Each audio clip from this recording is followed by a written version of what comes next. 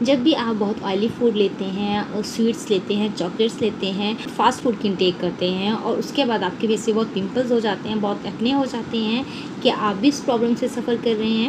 नमस्कार, मैं हूं आपके साथ शैली। मेरे चैनल फार्मा सर्कल पे आपका बहुत वेलकम करती हूं। आज हम बात करेंगे पिंपल्स के बारे में। पिंपल्स क्या होते हैं, उसके क्या टाइप्स रहते हैं और पिंपल होने के क्या क्या कारण हो सकते हैं और उसे आप प्राइमरी लेवल पर कैसे ठीक कर सकते हैं। ऐसी दवाइयाँ हैं जो आप यूज़ कर सकते हैं पिंपल्स को ठीक करने के लिए। थोड़ा सा पिंपल्स के बारे में जान लेते हैं कि पिंपल का ओरिजिन एक्चुअल में होता कैसे है। जब भी आपकी जो ऑयल ग्लैंड है वो ऑयल को रिलीज़ करती हैं और आपकी स्किन को नरिश देती हैं, और जब ये oil glands extra oil release करना स्टार्ट कर देती हैं तो वो आपकी स्किन के ऊपर इकट्ठा हो जाता है, आपके पोर्स को ब्लॉक कर देता है, जिससे आपको वाइट हेड्स और ब्लैक हेड्स हो जाते हैं। और अगर वो ठीक ना हो तो वो इन्फेक्शन में बदल जाता है, उसकी वजह से वहाँ पे पिंपल का ओरिजिन हो जाता है। नेक्स्ट हम बात करेंगे कि पिंपल्स होने के पीछे क्या क्या रीज़न है, क्या क्या कारण रह सकते हैं। सबसे फर्स्ट नंबर पे हम बात करेंगे जेनेटिक्स। अगर आपकी फैमिली में पहले से ही बहुत पिंपल्स हैं सब लोगों को, तो हो सकता है फ्यूचर में आपको भी प्रॉब्लम रहे। सेकंड नंबर पे हम बात करेंगे हार्मोन एक मेन फैक्टर रहता है पिंपल्स के लिए। अगर आपकी एज 16 से 25 साल में है तो उस समय पे जो हार्मोन्स रहते हैं वो इंक्रीज़ हो जाते हैं, उस वजह से भी आपको पिंपल्स रह सकते हैं। इस एज में एंड्रोजन हार्मोन होता है, उसकी सिक्रीशन बहुत इंक्रीज़ हो जाती है, जिसकी वजह से जो ऑयल ग्लैंड होती हैं वो ऑयल की प्रोडक्शन को इंक्रीज़ कर देती हैं, जिसके कारण आपको पिंपल्स हो सकते हैं। थर्ड नंबर पे हम बात करेंगे डाइट के बारे में। अगर आप बहुत ही मीठा खाना लेते हैं, बहुत स्वीट्स लेते हैं, चॉकलेट्स लेते हैं, हाई ग्लाइसेमिक इंडेक्स फूड भी बोला जाता है, तो उस कंडीशन में भी आपको पिंपल्स होने की संभावना बहुत ज़्यादा रहती है।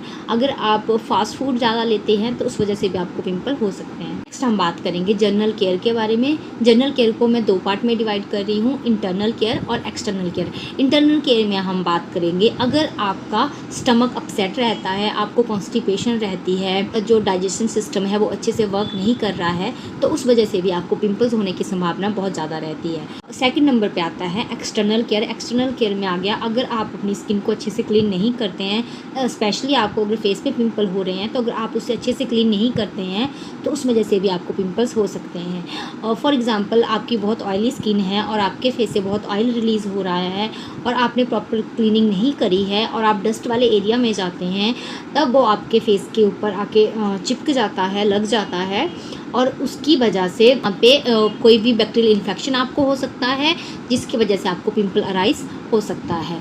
और सेकंड नंबर पे बात करेंगे मेकअप की। अगर आप डेली मेकअप वियर करते हैं तो उस वजह से भी आपको पिंपल्स हो सकते हैं, बिकॉज़ अगर आप मेकअप के बाद अच्छे से अपने फेस को क्लीन नहीं करते हैं तो वहाँ पे बैक्टीरियल इन्फेक्शन होने के बहुत चांसेस रहते हैं, तो उस वजह से भी आपको पिंपल्स हो सकते हैं। नेक्स्ट हम बात करेंगे मेडिसिन। दवाइयों की वजह से भी आपको पिंपल्स हो सकते हैं। अगर आप स्टेरॉइड्स जो मेडिसिन आती हैं अगर आप उनका यूज़ कर रहे हैं, उसकी वजह से भी आपको पिंपल्स हो सकते हैं। नेक्स्ट हम बात करेंगे स्ट्रेस इंड्यूस पिंपल। अगर आप बहुत स्ट्रेस लेते हैं तो स्ट्रेस भी एक बहुत बड़ा रीज़न होता है पिंपल अराइज होने का। बात करेंगे कि जो पिंपल्स रहते हैं वो किस किस एज में हो सकते हैं। जो मैक्सिमम हमारे पास जो पिंपल्स रहते हैं वो 16 से 25 साल की उम्र में रहते हैं, जो हार्मोन इम्बैलेंस की वजह से होते हैं। बट अगर छोटे बच्चों में पिंपल होते हैं उसे नियोनेटल पिंपल्स बोला जाता है। नंबर पे प्री प्यूबर्टी टाइप के पिंपल्स भी रहते हैं। थर्ड नंबर पे आते हैं लेट ऑनसेट पिंपल, जो कि 25 ईयर्स के बाद रहते हैं, ये फीमेल्स में ज़्यादा रहते हैं। फोर्थ नंबर पे हम बात करेंगे पेंशनियर पिंपल्स, जो कि 60 साल के बाद होते हैं। नेक्स्ट हम बात करेंगे पिंपल के ग्रेड के बारे में।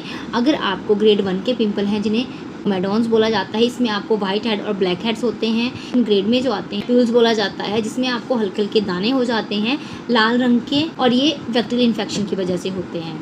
और जो थर्ड ग्रेड में हमारे पास पिंपल रहते हैं पुस्टुलेस बोला जाता है, इनमें आपके पिंपल्स में पस भरना स्टार्ट हो जाती है। नेक्स्ट ग्रेड 4 में जो हमारे पास पिंपल्स आते हैं उनमें आपको इन्फ्लामेशन हो जाती है, रेडनेस होती है और आपका पूरा जो फेस है वो पिंपल से भर जाता है, जिससे हम नोड्यूल सिस्टिक बोलते हैं। हम बात करेंगे पिंपल्स की ट्रीटमेंट के बारे में। बहुत ही प्राइमरी लेवल का ट्रीटमेंट मैं आपको बताने वाली हूँ। सबसे पहले आपको ये आइडेंटिफाई करना है कि जो आपको पिंपल्स हो रहे हैं उसके पीछे क्या रीज़न है।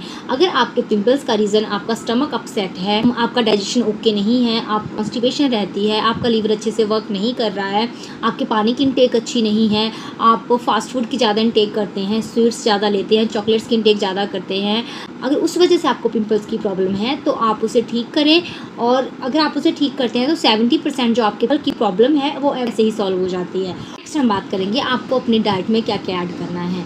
अगर आपको पिंपल की प्रॉब्लम है तो आपको अपनी बॉडी को डिटॉक्स करना है, डिटॉक्स वाटर लेना है। आप मेथी का पानी ले सकते हैं, और जो डिटॉक्स वाटर बनाया जाता है खीरा और नींबू डाल के, वो भी आप यूज़ कर सकते हैं। इसके अलावा आप कोकोनट वाटर ले सकते हैं। आपको डेली एक फ्रूट की इनटेक करनी है, और साथ में आपको ग्रीन वेजिटेबल्स लेनी है। आपको जो फास्ट फूड रहता है उसकी इनटेक नहीं करनी है। जो स्वीट्स रहती हैं, हाई ग्लाइसेमिक जो फूड रहता है, उसे आपको लेना अवॉइड करना है। हम बात करेंगे दवाइयों के बारे में। मैं आपको कुछ ऐसी क्रीम बताऊंगी जिनका आप यूज़ कर सकते हैं पिंपल्स को ठीक करने के लिए। फर्स्ट नंबर पे आती है हमारे पास एक्ने स्टार, बहुत ही फेमस ट्यूब है। जो इसके इंग्रेडिएंट रहते हैं क्लिंडामाइसिन और निकोटिनामाइड जेल। आप इसका यूज़ भी कर सकते हैं। रात को सोते समय लगाएं और 3 मंथ तक आप इसका यूज़ कर सकते हैं। सेकंड हमारे पास आता है डेरिवा CMS, जिसमें हमारे पास इंग्रेडिएंट रहते हैं अडेप्टलिन और साथ में रहता है क्लिंडामाइसिन। आप इस ट्यूब का यूज़ भी कर सकते हैं। एज़लेइक एसिड, ये भी पिंपल्स के लिए बहुत असरदार क्रीम है, आप इसका यूज़ भी कर सकते हैं। नेक्स्ट हम बात करें कि खाने वाली दवाइयों में आप कौन सी टैबलेट का यूज़ कर सकते हैं। तो हमारे पास 2 तरह की एंटीबायोटिक्स रहती हैं, डॉक्सीसाइक्लिन 100 mg और अजिथ्रोमाइसिन 500 mg या फिर 250 mg। तो अगर आप डॉक्सीसाइक्लिन 100 mg का यूज़ कर रहे हैं तो सुबह शाम उसे 15 दिन तक ले सकते हैं।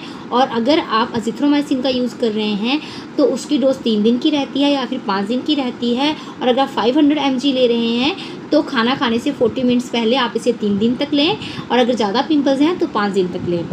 ये दोनों एंटीबायोटिक्स हैं, इन्हें एक साथ आपने बिल्कुल नहीं लेना है। अगर आप डॉक्सीसाइक्लिन ले रहे हैं तो अजिथ्रोमाइसिन ना लें, और अजिथ्रोमाइसिन ले रहे हैं तो डॉक्सीसाइक्लिन का यूज़ ना करें।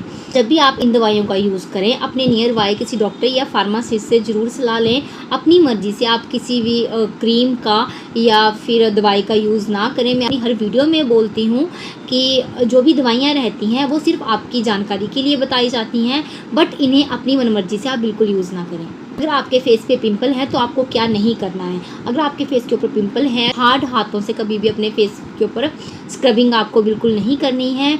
आपको अपने फेस के ऊपर ब्लीच नहीं करनी है। विदाउट सनस्क्रीन आपको धूप में नहीं जाना है, और जो आपके पिंपल्स रहते हैं उनको हाथों से बिल्कुल नहीं फोड़ना है।